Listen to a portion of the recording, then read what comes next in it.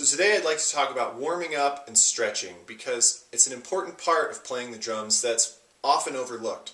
So the major misconception is that you should stretch first. That's what everyone did when they were kids in basketball or soccer practice or whatever, but it's wrong. And the reason it's wrong is if your muscles are cold and you stretch them, you're more likely to hyperextend limbs or to tear the muscles a little bit and actually make it more difficult for you to perform.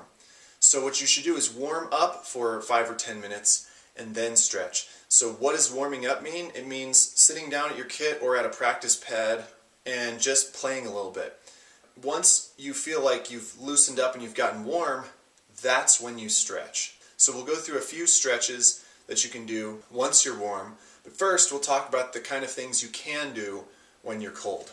Okay, so I know I just said that you should warm up and then stretch, but that's for what are called static stretches. While you're kind of warming up, some things you can do are dynamic stretches. One thing that a lot of people say is you just take a pair of your sticks, grab them, and you can just twist your arm like this, back and forth. Okay, so it's a little bit contentious. Some people say that's not good for you, but as long as you're not doing it super hard, there shouldn't be anything wrong with it, because when you dynamically stretch, when you reach the limit of your range of motion, your muscles actually automatically tighten a little bit at the end and keep you from hyperextending. This helps warm you up while loosening you up, but it's not as dangerous as like grabbing it and cranking on it, which would be a static stretch.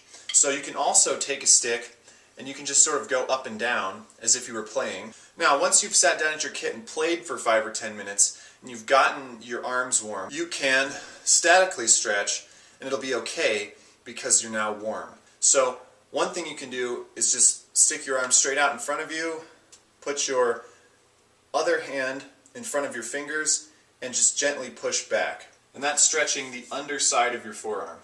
You can do the same thing the other way. You can put your forearm, rotate it the other way so the palm is up, and you can gently press down. You can put your hand down, and you can gently press, and that can stretch the top of your forearm. You can also put your hands together, kind of like a kung fu movie, right? And you can just, as you bring them down, you'll feel a stretch. You can also do this underneath. Point them down and then bring them up to stretch more. You can also stretch your fingers individually.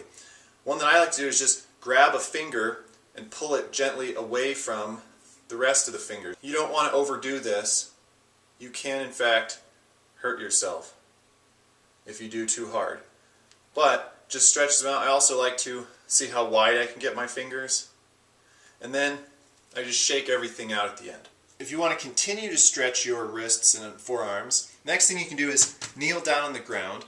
You can put your palms flat on the ground and just sort of rotate over your own hands. The interesting thing about this one is you can get a lot more different directions of stretch than you can in the air. So you can come all the way in and face your fingers together, and you can try to rotate them as far as you can around while keeping your elbows straight. You can also rotate them out or even behind you, and so you have all these different angles at which you can stretch.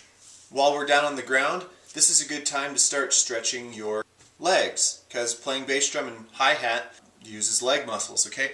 So one thing you can do, you can put your toes out straight behind you and just sit on your heels. And this is going to stretch your shins, which, believe it or not, are probably the most important leg muscle to use when playing bass drum or hi-hat. You can also get into what some people call the third world squat, which is just heels on the floor, sitting with your knees curled up in front of you. If you need to put your hands out in front, you can, or you can widen your stance. And this will stretch your Achilles tendon and your ankles as well as your hips. So another thing you can do is put your toe on the wall and your heel on the floor and lean towards the wall. This will stretch your calf muscle. So basically, these are just some of the most basic stretches. You can go on and stretch lots of other things, shoulders, hips, quads, but if you just basically stretch the top and bottom of your forearm, your fingers, and the front and back of your calf, you're going to be basically as stretched as you need to be. And again, only after you've warmed up should you engage in any of these static stretches. You could not stretch, but then you're kind of gambling on maybe getting carpal tunnel or some other tendonitis or repetitive stress injury after a period of time.